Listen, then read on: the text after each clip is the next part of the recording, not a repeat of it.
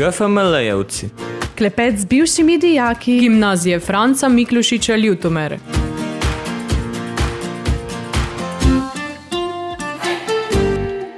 Pozdravljeni v podcastu GFML-jevci. Tokrat sem ponovno z vami Laura Barber. Za vas sem pripravila 4. epizodo, s katero bomo skušali predstaviti še eno zanimivo zgodbo bivšega GFML-jevca. Pred mikrofonom se mi je pridružil dr. Matej Štuhec, magister farmacije, specialni klinični farmacevt. O njegovem poklicu nekoliko kasneje.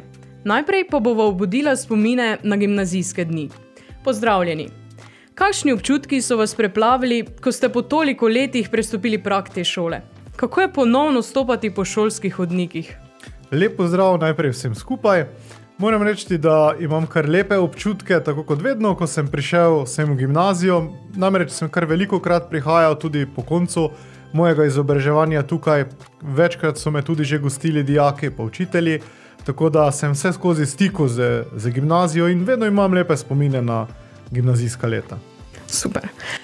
Profesori se pa vas spominjajo kot odličnega dijaka, tudi izvrstnega geografa, državnega prvaka v znanju geografije in udeleženca srednjeevropskega geografskega tekmovanja v Brnu na Češkem in hkrati odličnega kemika in udeleženca mednarodne kemijske olimpijade v Grčiji.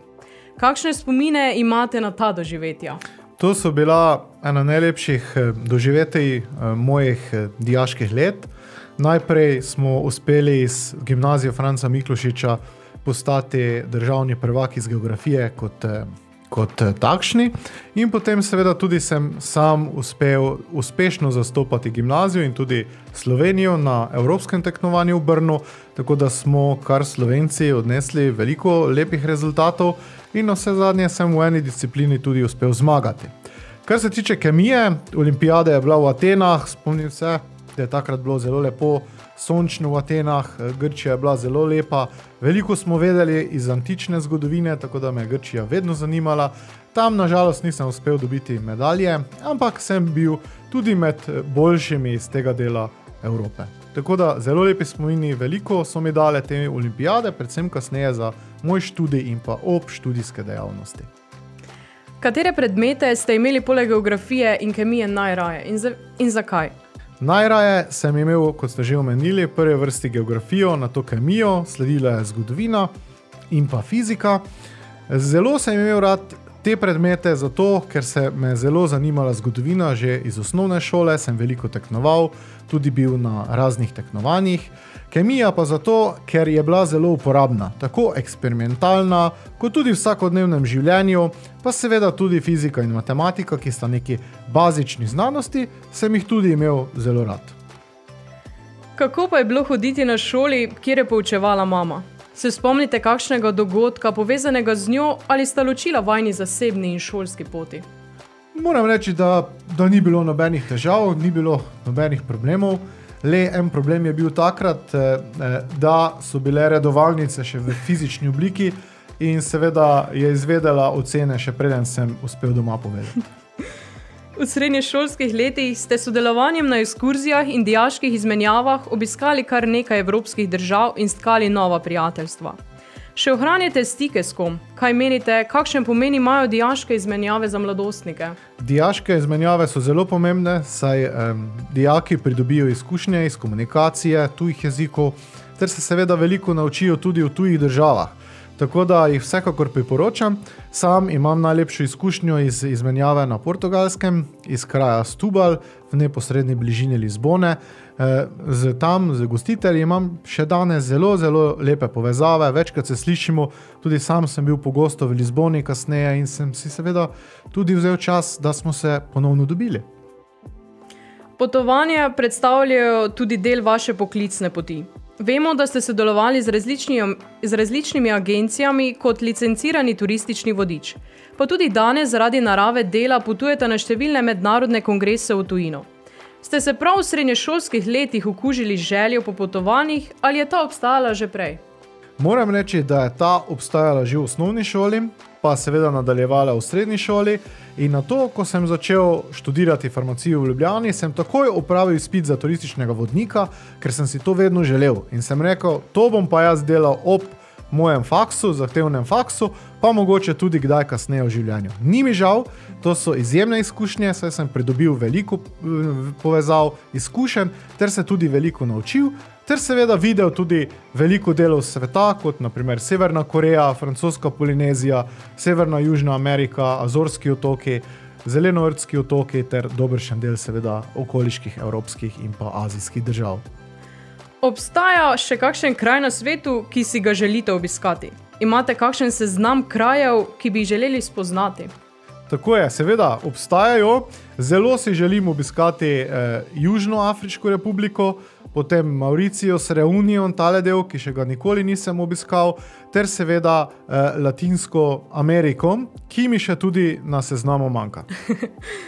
Kaj pa Slovenija? Kateri kotički naše dežele so vam najbolj pri srcu in katere ste mogoče že obiskali? Slovenija je seveda zelo zanimiva in kotičko imamo neskončno, sem jih veliko spoznal tudi tekom moje profesionalne vodniške kariere, pa tudi sam. Vsi so kar lepi, zelo lepi, ampak najlepša je Panonska nižina, ta del Slovenije, ki je povezana s sosednjo Madžarsko, saj vidim tukaj zelo velike širine in pa torej ni zastojn Rubikova kocka iz tega dela Evrope in sveta in mislim, da mi je tudi ta Panonska nižina dala ogromno širine. Se strinjam z vami. Svojo poklicno pot ste posvetili znanosti in raziskovanju. Ste mednarodno priznani in nagrajeni klinični farmacevt, zaposlen v psihiatrični bolnišnici Ormož. Bi nam lahko našim poslušalcem predstavili svoj poklic? Mogoče boste tudi koga navdušili zanj. Klinična farmacija je veja farmacije, ki se ne osredotoča samo na izdajo in pa na zdravila, ampak na paciente in učinkovitost terapij pri njih. To pomeni, da je to pomik iz lekarne, ki jo poznate, zunanjih lekarn tukaj blizu, do bolnika in postelje, ter sodelovanje z ostalimi sodelavci v timu, zdravniki, medicinskimi sestrami, da najdemo optimalno terapijo za bolnike. Tako strani učinkovitosti, kot tudi varnosti. To je dokaj mlada veja farmacije in moram reči, da je v Sloveniji prisotna približno 15 let, smo pa Slovenci na tem prostoru Evrope trenutno daleč najuspešnejši, saj imamo recimo tudi svoje ambulante v zdravstvenih domovih. Kot tudi sam delam v eni taki ambulanti 3-krat mesečno, tukaj v zdravstvenem domu Ljutomer, kamor mi zdravniki napotijo lahko na stroške zavarovalnice, torej bolnike, ki imajo težave z zdravili, veliko zdravil predvsem, potem jaz pripravim izvid in olajšam zdravniku na vse zadnje njegove odločitve. Tako da klinična farmacija je vsekakor zanimiva, študij je specialistični študij, nadaljevanje študija, ki je trenutno samo zaenkrat še farmacija v Sloveniji na fakulteti za farmacijo, univerzi v Ljubljani, ker sam tudi poučujem že približno 10 let klinično farmacijo v 4. letniku. Kaj pa vam predstavlja večji izziv? Delo s pacienti ali študenti? Oboje. Na eni strani hočem ohraniti stik z realnim kliničnim okoljem ter vsakodnevno prakso. Ne želim si tega, da bi mi študenti rekli, da predavate nekaj, kar je že 10 let mimo, ali pa predavate nekaj, kar nam nič v življenju ne koristi. Zaradi tega nekako povezujem klinično okolje in pa akademsko okolje in seveda sem tudi bil že mentor številnim študentom in pa tudi specializantom iz klinične farmacije, tako da ohranjam tale stik in pa povezavo. Na vse zadnje sem bil tudi že mentor bivšim dijakom gimnazije Franca Miklošiča na fakulteti za farmacijo v Ljubljani. Kako pa uspete usklajevati vsa ta področja dela? Vsa so kompleksna, zahtevna, specifična. Kako si organizirate dneve? Moram reči, da v večini grejo stvari zelo spontano, na drugi strani pa je včasih seveda zelo težko, saj imam včasih 2-3 aktivnosti na dan, ampak mi še sedaj uspeva. Se pa, če dalje bolj otepam nekih stvari, ki mi zelo veliko jemljejo časa, tako da sem tudi postal na tem področju kar izbirčen in se seveda lotevam stvari, od katerih imajo predvsem bolniki korist, pa seveda tudi neka širša populacija v prvi vrsti. Zasledila sem tudi, da ste v obdobju epidemije COVID-19 na socialnih omrežjih aktivno nastopili kot zagovornik cepljenja. To izpostavljam zgolj kot primer, kjer argumenti znanosti trčijo ob moč družbenih medijev in se praktično enačijo s komentarji brez argumentov. Menite, da je znanost ogrožena?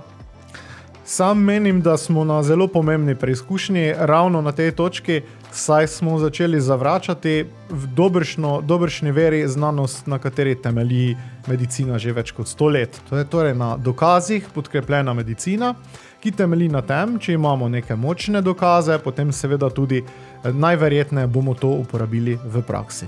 Zdaj se pa je začelo dogajati ravno obratno, da imamo številne, ki so čisti nasprotniki znanosti in torej nasprotujejo vsemu, kar znanost zagovarja in s čimer tudi potrjuje svojimi dokazi. Tako da sem veliko aktiviral svojih kolegov ter investiral svojega prostega časa in tudi napisal veliko člankov na to temo, na vse zadnje tudi na socialnih omrežjih in sem vedno poskusil odgovoriti z dokazi na vsakršno neznanje ali pa tudi vprašanje ali pa dvom. Na vse zadnje je fino in tudi primerno, da imajo ljudje dvom, da jih stvari zanimajo, ampak naj bo ta dialog kulturen in naj bo temeljil seveda na nekih dokazih.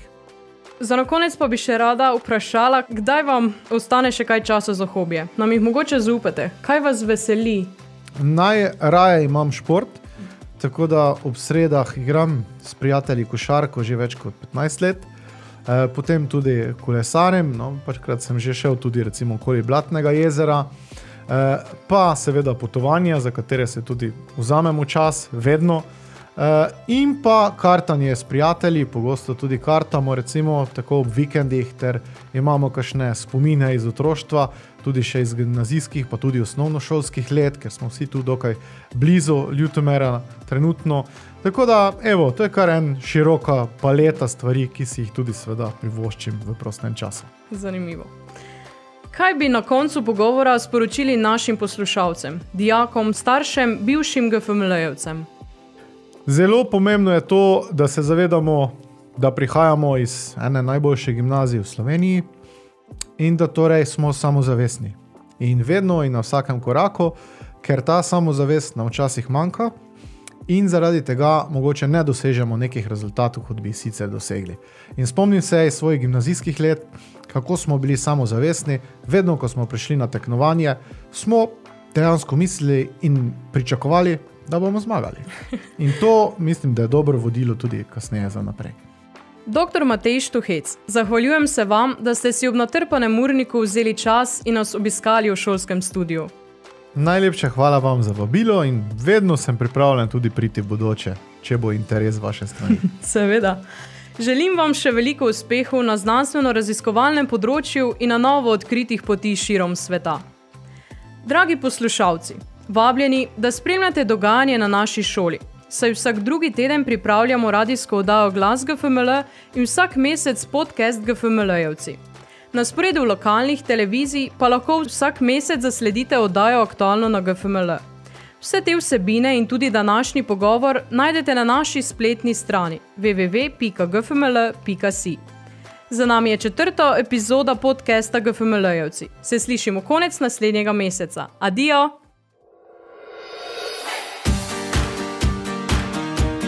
GFML-jevci. Klepet z bivšimi dijaki Gimnazije Franca Miklošiča Ljutomer.